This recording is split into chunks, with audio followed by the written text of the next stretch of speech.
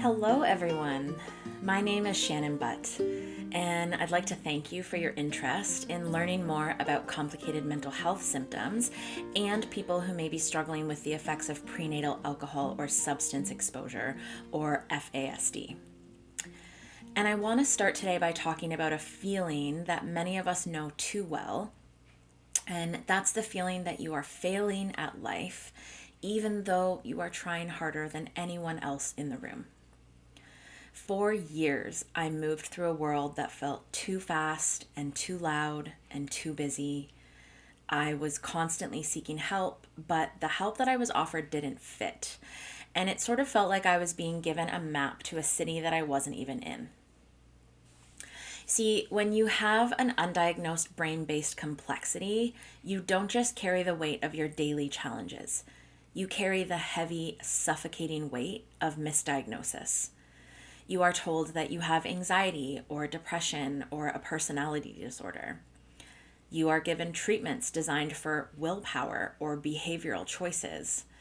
And when those treatments inevitably fail, the unspoken message from the world and eventually from yourself is often, you're just not trying hard enough. And that turns help into a source of deep and personal shame.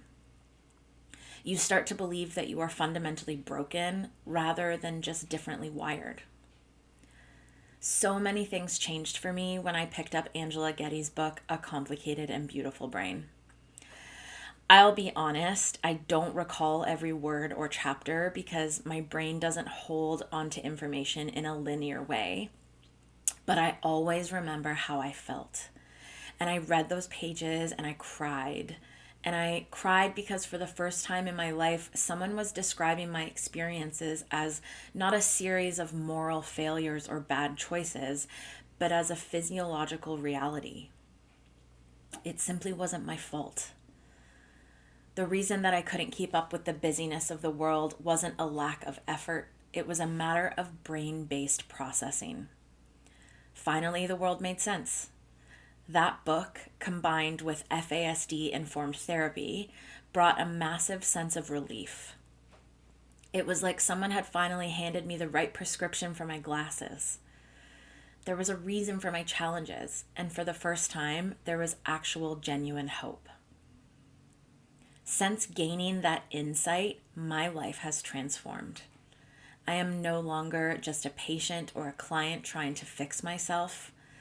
I'm now working as a mentor to young adults with FASD at Rural FASD in Lanark, and I'm also a peer mentor at the Mental Health Support Project in Smiths Falls. I am taking my lived experience, the years of confusion, and the aha moments of clarity, and I'm using them to ensure that others don't have to wander in the dark for as long as I did.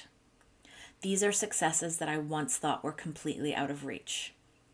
I used to look at people with steady jobs and leadership roles and think, that's for other people, not for someone like me.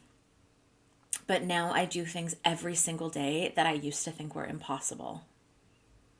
So I do want to share a behind-the-scenes truth with the professionals in this room. Success does not mean that the disability has gone away. Take today, for example.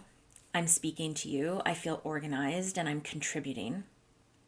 To an outsider, this might look easy. You might think, Shannon's doing great. She's clearly overcome her challenges.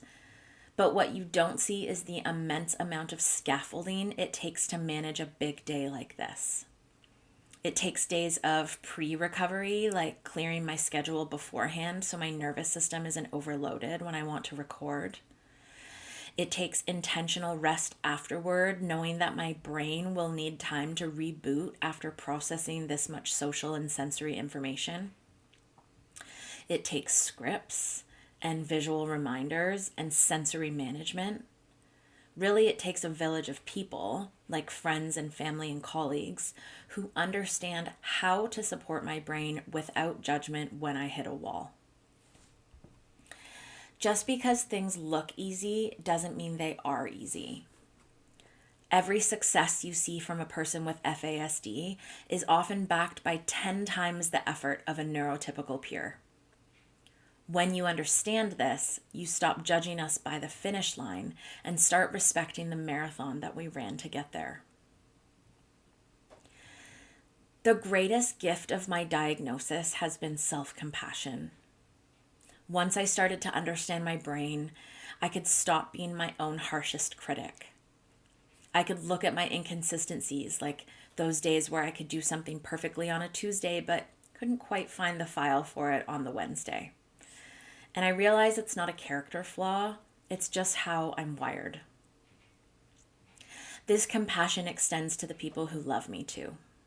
Because FASD is kind of tricky, and the inconsistencies can be hard on relationships. It's hard for a partner or a parent when you can do something one day and then you lose the skill the next.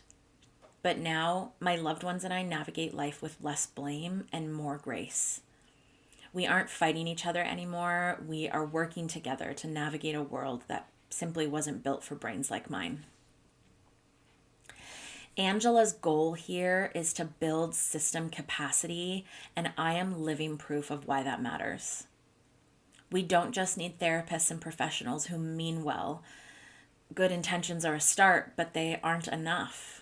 We need professionals who are competent and confident in the specific needs of the FASD community. When you take time to get trained, to use the books and the tools and the resources that Angela is providing, you aren't just learning facts. You are learning how to give someone their life back. You are providing the missing piece that allows us to move from a state of constant, exhausting survival into a life of leadership and purpose. So thank you for being here today and for leaning into the complexity. Thank you for your commitment to learning and for committing to doing better. Because when you do better, people like me don't just get by, we get to thrive. And that's pretty cool. Thanks for being here.